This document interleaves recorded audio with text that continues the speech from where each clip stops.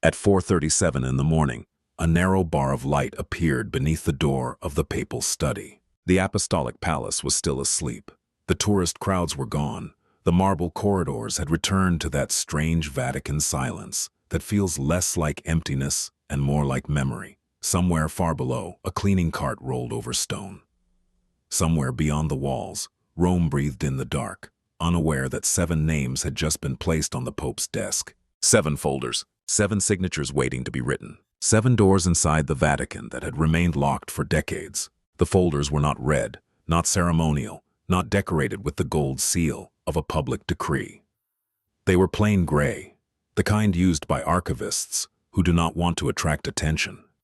On the front of each one, typed in black ink, was a single name: Cardinal Matteo Lesi, Cardinal Joaquin Varela, Cardinal Henry Dubal, Cardinal Taddeus Novak, Cardinal Paolo Greco, Cardinal Abbazio Okoye, Cardinal Isabel Moreno. Beneath the names, someone had written one sentence by hand in dark blue ink. Power, once detached from service, must be returned to the people of God. Pope Leo XIV stood at the desk for several minutes before touching the pen. Those who knew him said he did not rush important decisions. He would let a document sit before him, sometimes overnight, sometimes for days, as if waiting for the words to reveal whether they came from fear, anger, pride, or something deeper. Leo had seen enough institutions collapse from decisions made too quickly. He had also seen enough souls crushed by decisions delayed too long. That morning he did not hesitate. He signed the first paper at 4:42, the second at 4:44, the third at 4:47. By 5:03 the last signature was complete. No trumpet sounded, no bell rang from St. Peter's, no spokesman stepped before cameras, no solemn Latin was sung in a chapel filled with incense. Only the dry movement of a pen across paper. But in Rome, some signatures weigh more than thunder. Before sunrise, access codes were changed in 3 departments. Private phone lines were suspended. 2 archive rooms were sealed. The communications office received a temporary directive marked immediate. The missionary finance desk was placed under external review. The old relic vaults were locked from the inside, then reopened under papal authority. By breakfast, the Curia knew, offer canto. By noon, the Catholic world was asking the same question. What had Pope Leo XIV done? And perhaps more importantly, why now? Before we go further, remember what this story is. A dramatized Vatican-style documentary scenario written to explore themes of faith, power, secrecy, reform, and institutional conscience. It is not a report of confirmed, real-world Vatican events. It is a narrative investigation into what might happen if a pope decided that the sacred should no longer be controlled by hidden systems, private networks, and inherited privileges. And with that frame in mind, step into the story. Because this was not a purge in the ordinary political sense. It was not about replacing one faction with another. It was about something far more dangerous. It was about the meaning of power in the Church. For centuries, Vatican power rarely announced itself loudly. It did not always wear crowns or stand on balconies. More often, it lived in keys, files, treaties, budgets, ceremonies, appointments, press statements, and quiet permissions granted or denied behind closed doors. One person controlled relics, another controlled agreements with nations, another moved missionary money, another decided which archives remained buried, another shaped the public voice of the Church, another managed papal charity, another became the face of reform itself. Each one could say with some truth that their power served the Church. Pope Leo asked a harder question. Does power still serve the Church when the people can no longer touch it? That question became the blade. And the first door it opened was underground, the door of Cardinal Matteo Lesi. To understand Matteo Lesi, you have to imagine the Vatican beneath the Vatican. Not the postcard Vatican of sunlight, pilgrims and tourists lifting phones toward the dome. Not the televised Vatican of white cassocks and polished ceremonies. Deeper, colder. Below the public corridors, past locked gates and restricted stairways, there are rooms where the air seems older than the men who breathe it. There, in dim chambers protected from humidity, light, and careless hands, the Church keeps objects that many believers would cross oceans to see for only a moment. Fragments associated with the cross, bones of martyrs, reliquaries darkened by centuries of candle smoke, chalices tongue that survived wars, letters written by saints with trembling hands, cloth touched by people whose names once shook empires or comforted the poor. For 30 years, Cardinal Matteo Lessi guarded that world. He had the discipline of a monk and the instincts of a museum director. Born in Siena and formed in Benedictine silence, Lessi believed that holiness could be damaged by exposure, not destroyed exactly, but cheapened, misused, turned into spectacle. He feared crowds that wanted emotion without reverence, governments that wanted relics for prestige, and donors who wanted proximity to the sacred as a reward for generosity. So he built walls, not because he hated the people, because he believed he was protecting them from their own hunger for sensation. Nothing moved without his approval. A relic, requested by a cathedral in Latin America, might wait 2 years. A bone fragment proposed for a youth pilgrimage could be denied without explanation. An ancient chalice requested for an anniversary mass might remain behind glass because Lessi judged the conditions unsuitable. He knew every inventory number by memory. He knew which items were authentic, which were disputed, which were devotional, which were historically fragile, and which could ignite controversy if shown too publicly. In Rome, that kind of knowledge becomes authority. Presidents waited for Lessi. Bishops negotiated with Lessi. Cardinals whispered around Lessi. Even curial officials with higher titles understood that the custodian of sacred memory possessed a power no office chart could explain. Then Pope Leo began asking questions. Not hostile questions at first. Simple ones. Why had certain relics not left Rome in decades? Why were poor communities rarely allowed to host them? Why did major relic exhibitions seem to favor wealthy dioceses, politically useful allies, or historic European capitals? Why were records about provenance sealed from scholars? Why did devotion have to wait behind glass? Lessi answered with courtesy, but each answer carried the same meaning. Because the sacred must be protected. Leo listened. Then he said a sentence that spread through the Vatican before dinner. The saints were not martyred, so their bones could become private property. From that moment, everyone knew the collision had begun. Leo did not want relics treated like jewels in a royal treasury. He wanted them to become signs again. He wanted a piece of Christian memory to stand beside hospital beds, prison chapels, village altars, and missionary communities where people had never felt Rome come close. He did not accuse Lessi of corruption. That mattered.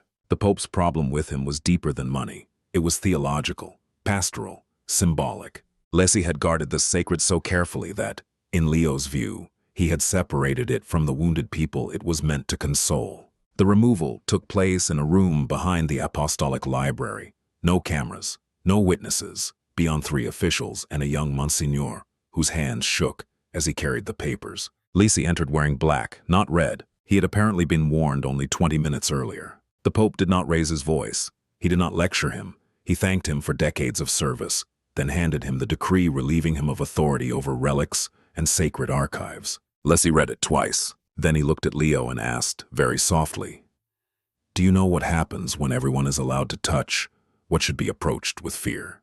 Leo answered, "Perhaps they stop being afraid and begin to love." That was the final exchange. By afternoon, Lessi's permissions were gone. Inside the underground chambers, new seals were placed over old cabinets. A provisional commission was created to review relic access, provenance, and pastoral distribution. For the first time, lay historians, women religious, and representatives from poor dioceses would have seats at the table. The reaction was immediate. In Jerusalem, one Franciscan warned that relics could become political objects if moved too freely. In Peru, a bishop wept when he heard that his mountain diocese might finally receive a relic long denied to them. In Paris, a planned exhibition paused, uncertain whether its approval still existed. Inside Rome, the question became sharper. If the Pope could remove the guardian of sacred memory, what else could he open? That night, Leo descended alone into the crypt of St. Peter. A Swiss guard later said the Pope knelt for 8 minutes in silence. When he rose, he placed his hand on the stone and whispered, "Let the sacred breathe again." But relics were only the first locked door. The second door was written in legal language, the door of Cardinal Joaquin Varela. If Lessi guarded the bones of the past, Joaquin Varela guarded the agreements that shaped the present. Most Catholics never hear the word concordat in daily life. It sounds technical, distant, almost harmless. But inside the Vatican, a concordat can decide whether Catholic schools receive state funding, whether church property is protected, whether bishops are consulted before certain laws are passed, whether chaplains serve in public hospitals, whether religious holidays are recognized, whether clergy records are shielded, and whether the church stands before the state as a partner, a guest, or a rival. For decades, Varela wrote those agreements. Born in Seville, he learned early that power often hides inside beautiful sentences. His father was a lawyer who believed that a badly written clause could ruin a family. His mother was a teacher who believed that mercy without structure became chaos. Varela inherited both instincts. He became a priest, then a canonist, then a diplomat, then the man no government negotiator wanted to face unprepared. He was elegant, patient, dangerous in the way only a patient man can be dangerous. He never slammed a table. He never threatened directly. He would simply turn a page, adjust his glasses, and ask whether the minister across from him had considered the consequences of Article 12, Paragraph 4. Many had not. By the time they had, they were already inside his net. Within the Vatican, Varela was admired because he could secure protections that others thought impossible. Catholic hospitals kept access. Religious schools kept funding. Parish properties survived hostile governments. Priests remained protected in unstable political climates. Bishops gained breathing room under regimes that disliked Rome but feared international embarrassment. Yet over time, the cost of his genius became visible. Some agreements protected privilege long after the danger had passed. Some preserved tax exemptions that ordinary citizens resented. Some limited local pastoral freedom. Some quietly tied the church to governments whose moral record was, at best, compromised. Pope Leo saw not diplomacy but dependency. He had spent years in communities where the church survived without state privilege, in villages where Mass was celebrated under metal roofs and catechists walked miles through mud. There, the church had no treaty, no exemption, no diplomatic shield. It had the gospel, the poor, and enough courage to keep going. So, when he reviewed Varela's files, one phrase reportedly appeared again and again in the margins of his notes. What did we give away to be protected? The final dispute centered on a set of old agreements in 3 countries. They had been signed under different political conditions decades earlier. In each case, the church had secured legal protections, but hidden clauses made it difficult for local dioceses to cooperate fully with abuse investigations, financial disclosure requirements, or educational reforms without navigating diplomatic obstacles. Varela defended the agreements. He argued that tearing them open would invite retaliation, lawsuits, and loss of influence. He warned that governments were not always friendly to faith. He told the Pope that the Church needed shields in a world that often wanted to reduce religion to decoration. Leo heard him. Then he said, "A shield becomes an idol when we hide behind it from truth." The decree removing Varela arrived before dawn at the Secretariat of State.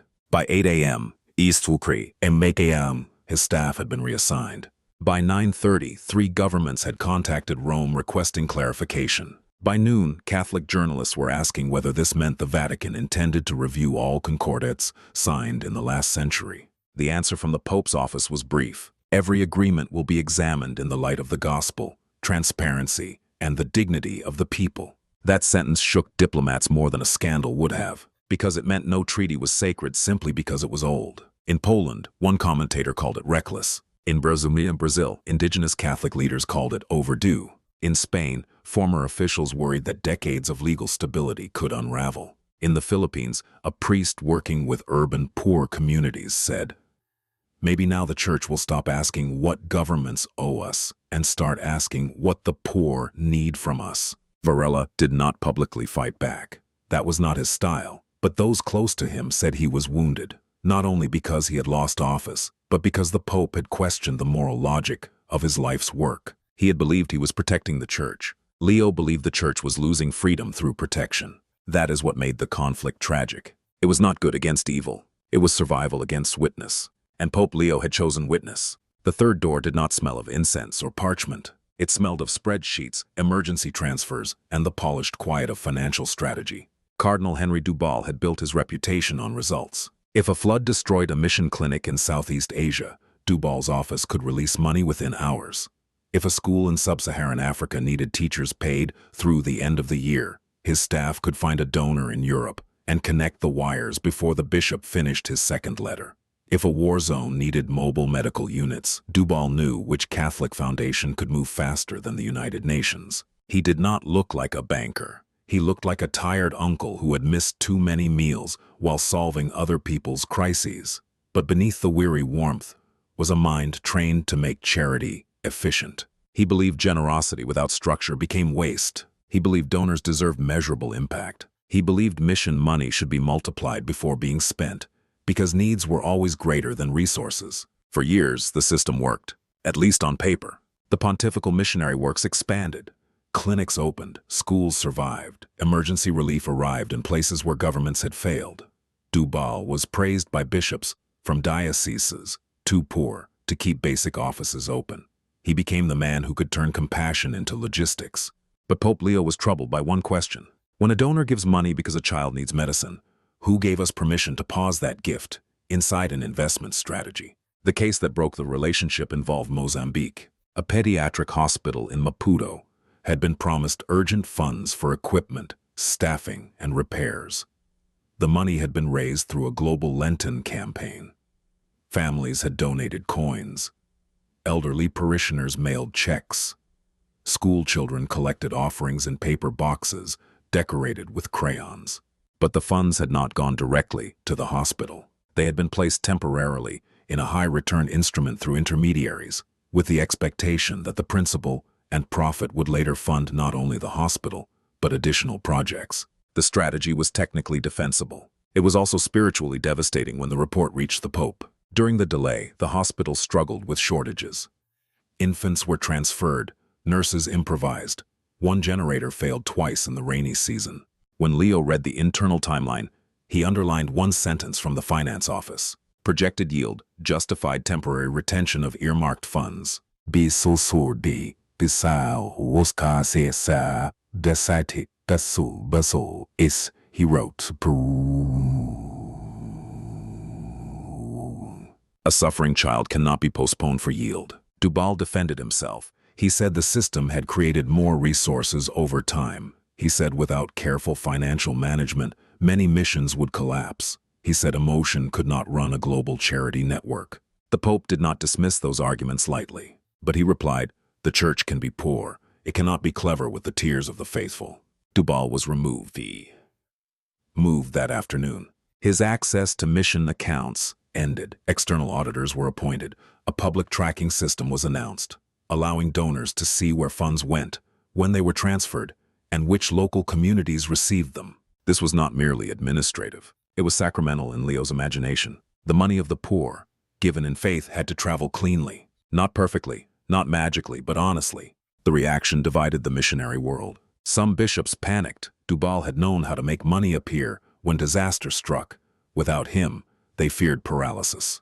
A sister in Burkina Faso said, "He helped us. That is true. But we never knew what happened between the gift and the arrival. Maybe now we will know." In New York, a Catholic donor announced he would double his annual contribution if transparency became real. In Rome, financial officials whispered that the Pope did not understand the complexity of global aid. Maybe they were right. Maybe he did not understand every instrument, every hedge, every temporary fund. But he understood something else. He understood that the gospel loses credibility when the poor are asked to trust systems no one can explain. The fourth door was the most feared. The archives. Cardinal Tadeusz Nowak had a face built for silence. He was Polish, precise, and almost impossible to read. He spoke rarely in meetings, but when he did, the room adjusted around him, not because he shouted, because he knew things. Everyone believed that. Some of it was myth, some of it was probably true. Nowak had spent a quarter-century overseeing the Apostolic Archive and several related historical collections. He knew which documents could be released without consequence, which required diplomatic caution, and which could set fire to reputations long preserved by silence. Officially, he was a guardian of memory. In practice, he was the final wall. Researchers waited months for access. Journalists speculated. Bishops feared old letters. Families of victims asked whether documents existed that could explain why no one had listened. Governments wondered what correspondence Rome had kept from periods of war, dictatorship, migration, and negotiated silence. Nowak believed not every truth was owed to every generation at once. He believed the Church was not a tabloid archive. He believed context mattered, timing mattered, and premature exposure could turn complex history into weapons. Leo agreed that context mattered, but he no longer believed context could be used as a burial cloth. The confrontation reportedly lasted 3 hours. The Pope requested full internal access to restricted collections connected to abuse, financial irregularities, political agreements, and disciplinary transfers. Novak asked for phased review. Leo asked whether any documents were being kept outside normal protocols. Novak did not answer immediately. That pause decided everything, not because it proved guilt, because it revealed a culture in which even the Pope had to ask twice. Leo told him, if truth must request permission from fear, then fear is already governing us. Novak warned that reckless relics would injure the Church. Leo answered, the Church is already injured. The question is whether the wound remains infected. By evening, Novak was removed. A laywoman historian was appointed to lead a transitional archival commission. Her name was Dr. Elena Marquez, and the choice was deliberate. Not a cardinal, not a bishop, not someone formed inside the reflexes of curial secrecy. A scholar, a Catholic, a woman known for patience, rigor, and moral stubbornness. Her mandate was clear: preserve context, protect legitimate privacy, but end the culture of one-man control. The first weeks were chaos. Boxes were moved, digital inventories began. A separate channel was created for abuse-related records. International scholars were invited under strict agreements. Documents of public significance would be reviewed for staged release. The backlash was fierce. Supporters of Novak said the Pope had humiliated a faithful servant. Victims' groups said this was the first honest thing Rome had done in years. Secular historians demanded more. Conservative bishops demanded caution. Inside the Vatican, officials who had slept comfortably for decades began sleeping badly.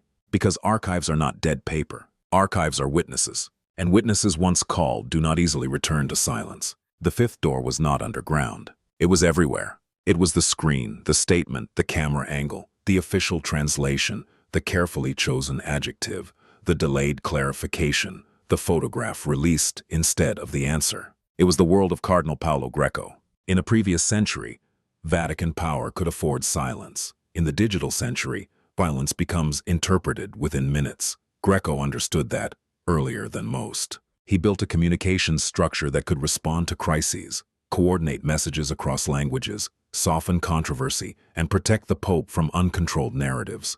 He knew reporters by name. He knew which headlines would travel. He knew when to release a statement at 6 p.m. Rome time so it would enter American morning shows and avoid European evening outrage. He was brilliant, and, in Leo's view, too brilliant. The Pope disliked communication that treated truth like a dangerous animal, to be sedated before release.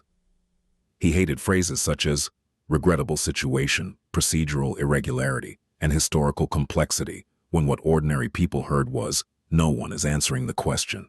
Greco believed he was preventing confusion. Leo believed he was preserving distrust. Their argument came after a leaked archive fragment revealed that a bishop accused of covering up abuse had been quietly transferred years earlier.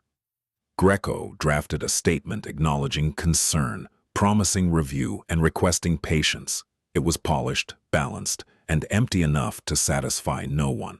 Leo read it once. Then he crossed out the entire statement and wrote, "We failed. We hid. We are opening the file. Pray for those we wounded." Greco said the sentence was too raw. Leo said the Church had spent too long speaking like a machine.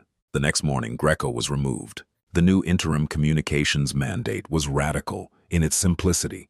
Speak plainly, publish promptly, answer direct questions, correct errors publicly, and stop protecting image at the expense of credibility. Journalists were stunned. Some celebrated. Others wondered whether the Vatican understood how dangerous openness could be in a media ecosystem that feeds on scandal. But Leo was not naive. He knew honesty could be exploited. He knew enemies would twist documents, mock weakness, and weaponize confession. He also knew silence had already done worse. A communications staffer later summarized the difference. Greco wanted the Church to look stable. Leo wanted it to become trustworthy. Those are not the same thing. Then came the sixth door. Pence, Cardinal Abbacchio Okoye, was different from the others. He was not a symbol of old Europe. He was not a cold bureaucrat hidden behind Roman marble. He came from Nigeria, had worked in communities where poverty was not a statistic, and had personally visited places where papal charity meant food, medicine, roofing sheets, school fees, and emergency shelter. Many loved him.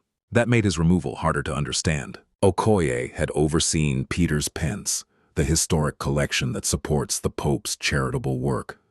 Under him, visible projects expanded across Africa, Asia, and Latin America. He pushed for more transparency than some of his predecessors. He challenged contracts that seemed too comfortable. He asked hard questions about intermediaries. So why remove Umimam? Move him. Because Leo's reform had one rule that frightened even its supporters: no indispensable people. Okoye had become a center of gravity. Donors trusted him personally. Field networks depended on him. Reformers saw him as a protector. Opponents saw him as a threat. Around him, a new loyalty structure was forming. Leo had no patience for old power disguised as tradition. He also had no patience for new power disguised as reform. The audit that preceded Okoye's removal did not accuse him of theft.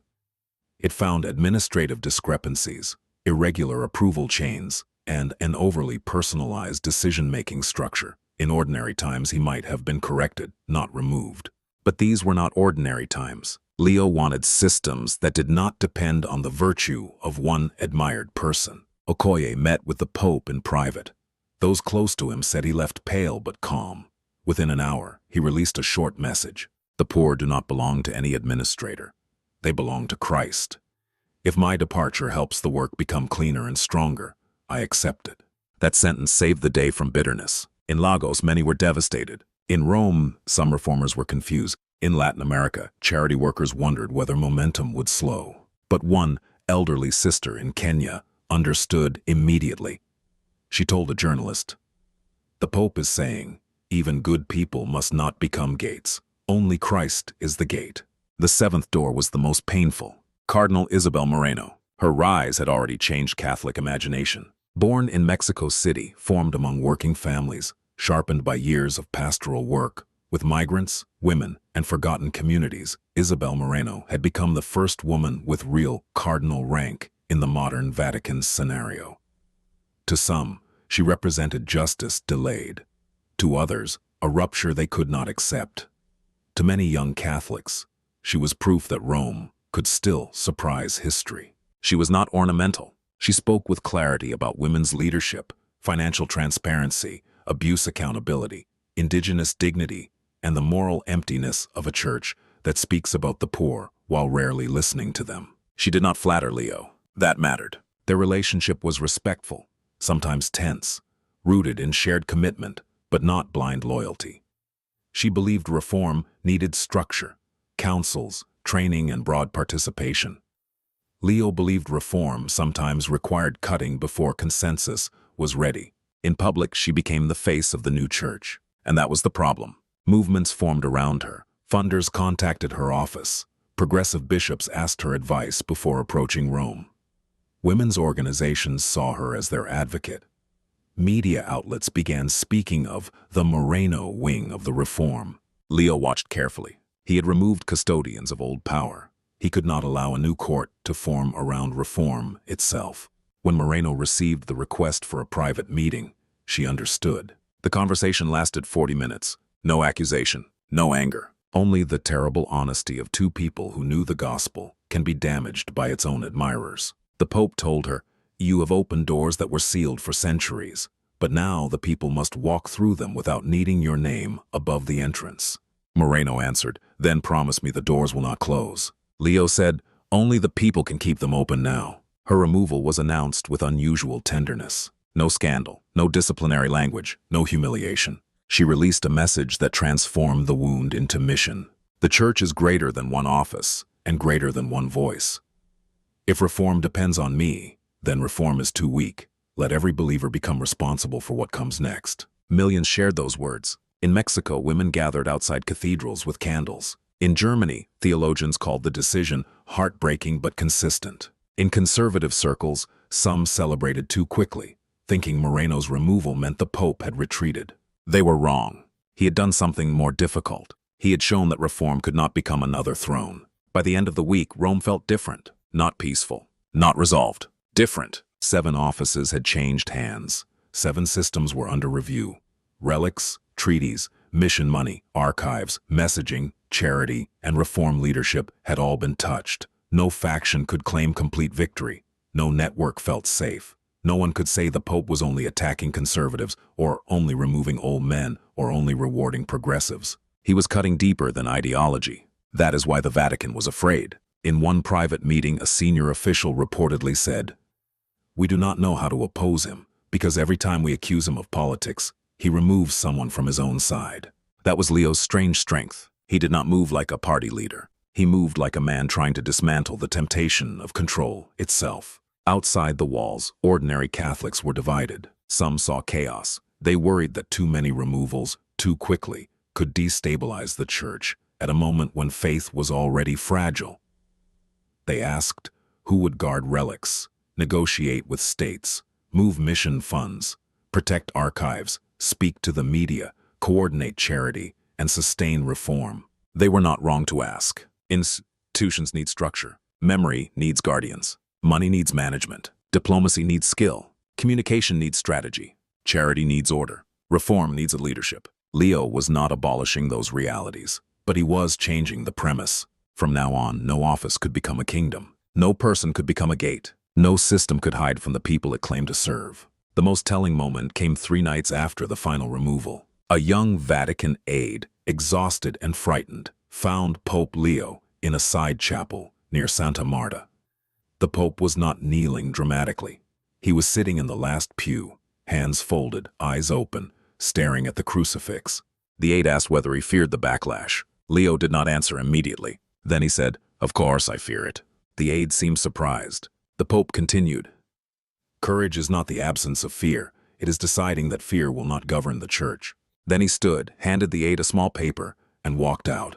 On the paper was a line from the Gospel. "You will know the truth, and the truth will set you free." But beneath it, Leo had written his own edition, "Only if we let it." The following Sunday, the Pope appeared at the Angelus. St. Peter's Square was full, not with celebration, but with expectation. Some held signs supporting him. Others stood in silence, unsure. Journalists watched every expression on his face. Leo did not mention the 7 names. He did not defend himself. He spoke about the cleansing of the temple. Jesus did not overturn tables because he hated the temple, he said.